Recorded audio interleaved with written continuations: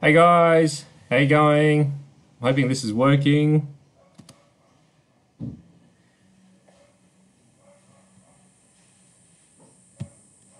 Here we go. Hopefully this is working. Beautiful. Welcome to today's Facebook Live. This is Young Yu from Advanced Property Strategies, and really excited to be with you today. Feel free to type in your questions in the chat there. This is only my third one. I know I'm still counting, but hopefully this is working on the Facebook Live, and you're having a great week so far. Good old COVID-19 is all still on the news. It's not too bad this week with all the restraints there. As you can see, I'm in my home uniform there, and working from home is all good. So so today we're going to be talking about what's happening in the market right now. And it's a bit of a challenging time, you could say, definitely, because people want certainty on what's going on in the marketplace. And, me as an expert, a lot of people are asking me questions on what's going on and what should I be doing? Should I be selling now? Should I be getting ready to buy? Is it a good time to buy? So any questions that you guys have, feel free to type those in. And I'm going to be talking about what I reckon the market will do. And a disclaimer, right? Yeah, thank you. What I'm going to do as well as what the market's going to do. But firstly, I am not an economist. I have no degrees in finance, but I have been in the property game through the GFC and as well come out through the other end. So I really want to share with you just a few of my ideas just of how I can remain calm and how you can remain calm in times like this. So it's very much volatile times, but are there opportunities? Absolutely. Is there a market correction? Yes, for sure. So thanks for confirming, guys, that it is working. That really just allows me to keep presenting confidently. So I'm just going to look at my notes here. So if I look to the side for a little bit, don't be too concerned. This is the good old granny flat that we've got here. For those of you who may have seen my previous presentations, we've got a granny flat underneath our house. And for about the first 4 years,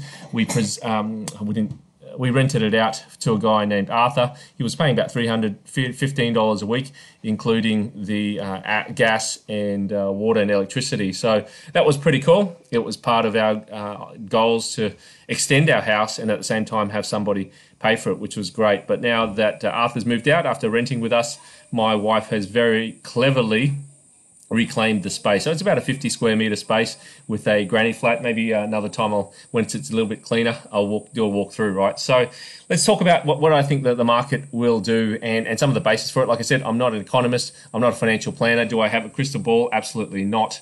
All I've got is some insights and some experiences, because it's like playing any sport or any game. When this happens, that happens. When this happens, this happens. And so there's a lot of fundamental things that are happening at the moment, which will have a knock-on effect. So, and to be aware of them and not be afraid of them. That's the thing, is when you don't know what's happening and you don't know what the mechanisms are and you don't know what's likely to happen, therefore you're concerned, right? You're afraid and you just don't know. And when you don't know, it is very, very scary, or can be very scary. So I compare it to having a baby, and I know that's a bit unusual for a man to do that, but we've had a couple of kids now, and from my point of view, obviously I didn't deliver the baby personally, my wife did, but the first child was very, very tough because we just, people were telling us stuff, but you just didn't know. And you may have read the books and you watch the crazy videos, but until you experience it for yourself, you just don't know. And once you've had the first child, the second one seems a lot easier just because you've been through it. And I'm not saying what we're going through now is like childbirth. Maybe it is a bit painful, but my point is that, once you go through something and you feel it, not just talk about it, you'll get a lot more clarity on it. So the reason I'm doing these Facebook Lives is to give people a sense of security and prediction into the future, just so that they can be aware of things. It's like when you're walking around in the dark and you're running away from something because you're not sure what's going on, all you're left with is fear. Here, is there potential fear? For sure. Are people going to lose money? For sure. Are people going to be potentially losing jobs? Well, don't know. Maybe you've already lost your job. But the good thing about Australia, we're very, very lucky, is that with the financial position that the country is in. Yes, we pay a fair bit of taxes to be an Australian. I pay my fair share of taxes, is that they're reinvesting that and gearing up to stimulate the economy, to keep the confidence up and keep the country moving. I was talking to a real estate agent just before who's selling some of my land, and I was telling him, at least the construction industry is still able to move. So it's all well and good, even though Victoria, let's say, in my instance, I've got a project down there where a colleague of mine is still able to do construction. It means that the industry and the economy is still moving to some lesser degree, but still moving. So, first thing that we're seeing that's going to affect the property market is the share market, right? So why is the share market relevant? The share market is often a good indicator of the country's confidence economically, and with it diving 5, 10, 15, 20%, some of the shares have even dropped by 30, 40, 50% even. So the share market dropping will have an impact on the property market. So just to give you a context of that is generally the share market and the property market have a lag in between them. So the share market, when that drops, there's about a 3 to 6 to 12 month lag before the property market reacts. So conversely, on the other side, when the share market goes up, you will see the property market going up as well. So they're very much in sync with each other, and it would make sense. People's confidence goes. Share market is very responsive. It's very efficient. So whatever people feel right now, it is reverberated into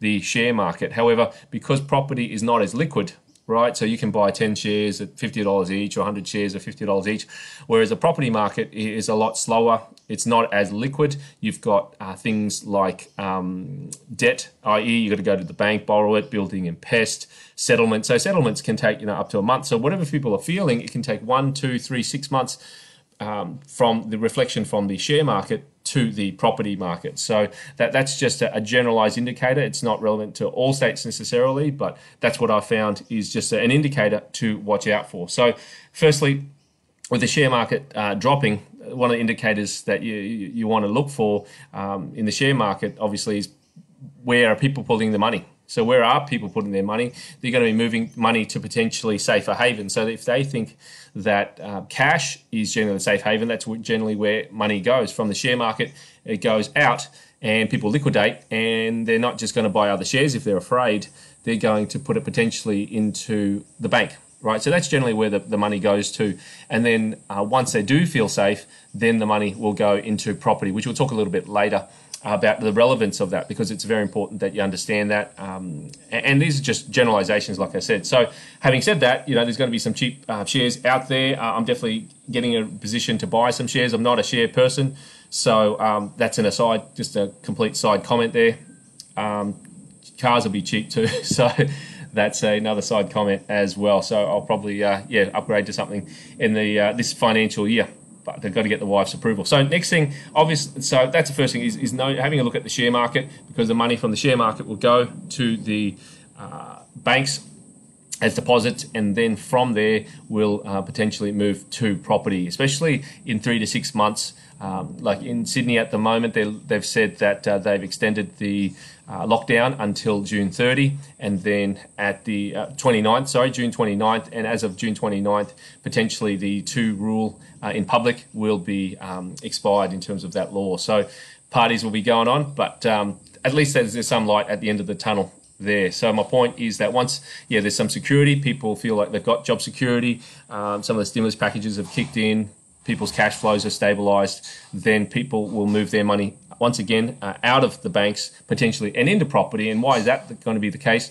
Is because with the cash having such a low return, having such a low return of sub 2%, they're going to want to do something with it. If you're retired, right? If you're 70, 80, you're retired and you've got cash, necessarily you don't want to just leave it in cash, because you want it to work for you. So either people will put it into property, which is probably more likely, or they'll just keep it in cash. They may put some of it into shares, but I reckon what is probably going to happen is they're going to put it into property, and then once the share market has stabilised for 3 to 6 months, they'll put cash back into shares, right?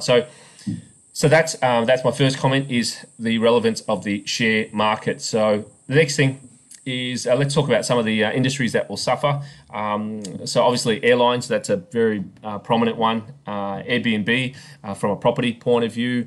And that's one of the things that, from my point of view, in terms of investing, is I generally don't like to invest in tourism. I don't like to invest in properties that have dependence on tourism and disposable income. So that's one thing that I really saw in the Gold Coast during the GFC. There was buildings like Q1, if you're familiar with the Gold Coast, one of the biggest buildings at the Gold Coast, if not the biggest building at the Gold Coast, is Q1, tallest buildings. And I recall scenarios where people had bought properties for $1.2 million, and they could not sell the same apartment in the GFC for $720,000. And so with property, it's not just the value of the building, it's the value of the income as well. So if the property is vacant, just like a commercial property, the value decreases tremendously. So the confidence in properties that have tourism income is very, very thin. So it's very, very volatile. Doesn't mean that the Gold Coast will go down. Not necessarily just because of that. I'm just saying that for those of you who are involved in Airbnb and you're looking to sell your property, just be very, very mindful of the areas. If you've got property in tourism areas and it's affected very, very heavily and the mood is down, you may not be able to get the prices that you want previously, right? So obviously travel and tourism, those industries will definitely suffer. You've got retail, you've got obviously coffee shops and pubs and gyms like that are closed. But there always will also be industries that will boom as well, like essential logistics for those who are doing logistics for Woolies and Coles and medical. Those are definitely booming.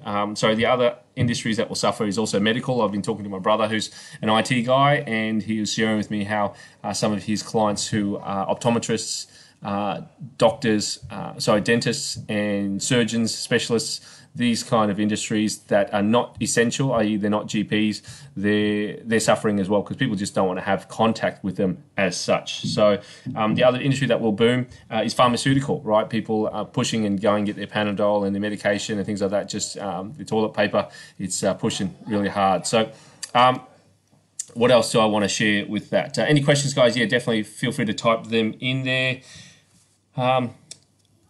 But here's the thing, that my comment about some of the coffee shops and some of the restaurants is a lot of them just weren't profitable anyway. This is just really the straw that broke the camel's back. And unfortunately, that was the case. A lot of restaurants and retail, just with all the competitions out there. If you look at Jeans West, that was closing down late last year anyway.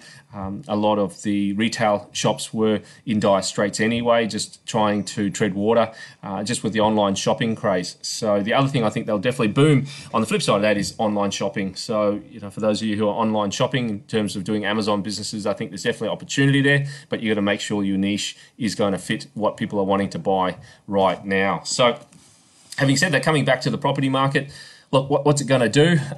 My first response is that, look, who really knows? Who really knows?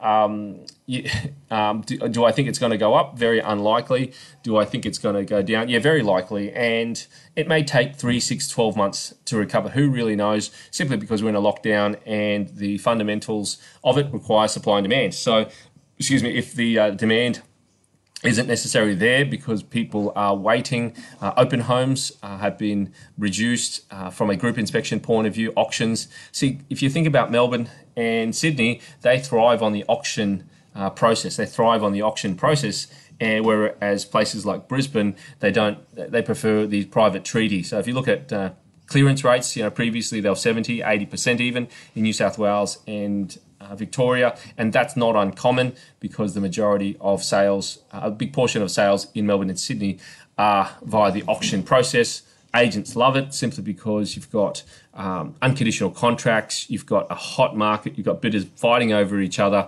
and so the person who wins at the end of the day pays a deposit, which is locked in, non-refundable, and they settle roughly 30 days later. So the agent gets paid, they've got someone who really, really wants the property, and generally in a buyer's market, they're able to get top dollar. So that really pumps it along. It's a self-fulfilling prophecy. So conversely is that when it's a seller's market, when it's a buyer's market, my mistake before. So when I say it's a seller's market where people are buying at auction and they're fighting over each other, prices generally go up. However, when you've got a buyer's market where there's more buyers than there are sellers, so more sellers than there are buyers, then therefore the buyers become scarce. And that's really what's happening, and I expect to happen over the next 30, 60, 90 days with the auction process being reduced. And the market's going to have to adjust. Like people in Sydney and Melbourne who are used to auctions, like I said, they're going to get used to doing private treaty and doing deals over the phone and being able to close deals versus using the auction environment, competitive environment, to do that. And it can be still effective in Brisbane. It is still very effective, but it's just not as effective as the auction market in a seller's market where people are fighting over each other and throwing cash at stuff at an emotional level, right? So having said that adjustment, we got to look at some of the fundamentals. Let's have a look at comparing it to the GFC. Is that interest rates right now are crazy low, right? The cash rate, RBA cash rate, is 0.25%. It's the lowest it's ever been in the GFC. Interest rates with low doc loans, especially 8, 9, 10%. I recall I had 5 properties at the time that were premium properties. At the time, they were on the market for, I think, in the 8s, and I was paying, if you do the maths, call it 8%. On 800 grand roughly, 64,000. That's $5 grand a month. I had 5 properties that were vacant because I couldn't tenant them because they're owner-occupied properties. So on the same properties, let's say, with an interest rate of roughly 3%, right? 8% versus 3%, it's more than half, right? It's more than half. So less than half. So on the same property, 800,000, the holding cost would be 24,000 as opposed to 60,000. So $2 grand a month versus $5 grand a month. So that's a significant difference in the current circumstances that we have with interest rates. So what I'm saying is money is very, very cheap. It's very, very cheap. Even in March, they dropped the interest rates not once, but twice, and I've never seen that before. I've seen interest rates go up, obviously, but and come down, and they've just been coming down, down, down over the last few years. But twice in 1 month is absolutely unprecedented. And I think the difference also now is that the market's different in the way that the politicians have been through the GFC. They didn't know what was happening. They didn't know to handbrake it. And so in the last 2 to 3 years, they've been pulling us in for a soft landing, and whether people know it or not, that's been a proactive thing so that they don't have to deal with the carnage, absolute carnage that they dealt with in the GFC. And so, with that soft landing, look, the market, if you look at Sydney and Melbourne, even in 2017 and 2018, there have been corrections there as well. So of 10, 15, up to 20%, depending on regional areas, right? So my point is that with low interest rates and those markets have already been in correction up till about early March, end of February this year.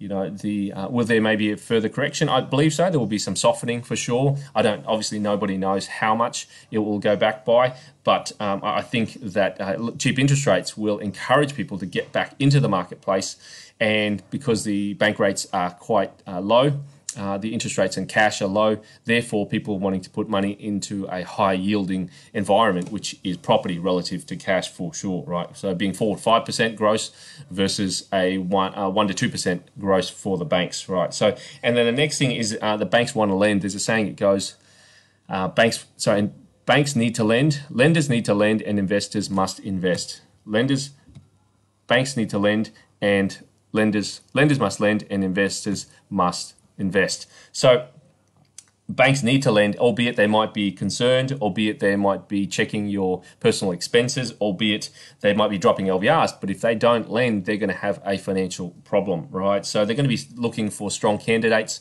And for those of you, I definitely suggest that you should be getting yourself deal ready, get your finances in order, get your house in order, whether it's selling unwanted things. You might have a spare car or properties that may be not performing. So, so liquidity for banks is definitely not an issue. They've got lending criteria. They might be a bit more stricter, but they definitely want to lend, right? So, in my final thoughts there is that having said all that, with the market potentially softening there's going to be more motivated sellers, and I think that's where the opportunities are, and that's what I'll be talking about in the next Facebook Live sometime next week. We're just going to finalise the time. We'll let you know. Is that there'll be a lot more motivated sellers there, simply because a lot less demand. There's going to be a certain amount of supply. People still need to sell. Like with anything, there's going to be a breathing in and breathing out, as I say. People got to transact. So my point is that for you who are potential investors, I think there's definitely going to be some opportunities there if you're open to it, right? So more motivated sellers, divorces, if you're thinking about being in lockdown with kids being at home and husband and wife being at home 24/7 or most of the time, it's very hard. They're not used to those kind of circumstances long term. People stuck in hotels for 14 days because they've come back from Bali thinking they could sneak in a cheap holiday. Wrong. So, so my point is, I think there's definitely some bargains coming, and you just got to get deal ready. So on my next Facebook Live, which I'll be doing next week, we'll be talking about what you can do if I were you moving forward, knowing what you know now and knowing what I've talked about as well. So here we go. I'm just going to address any questions that you might have there. If you've got any questions, definitely type them in there, guys. And thanks for listening. Hey, so let's see if you've got any questions. No questions. Excellent. Okay. Well, if you've got any questions, guys, just type them in over the next couple of days. I'll answer further questions, and love to be answering with you. And hopefully you're having a great week. Get some exercise, stay safe, do some social distancing, and get off that couch and do some push-ups and burpees and stuff like that. I'm not sure. And enjoy life. I want to be out in the boat tomorrow, and if I get a chance, I might even share with you some photos. Talk to you soon, and talk to you later.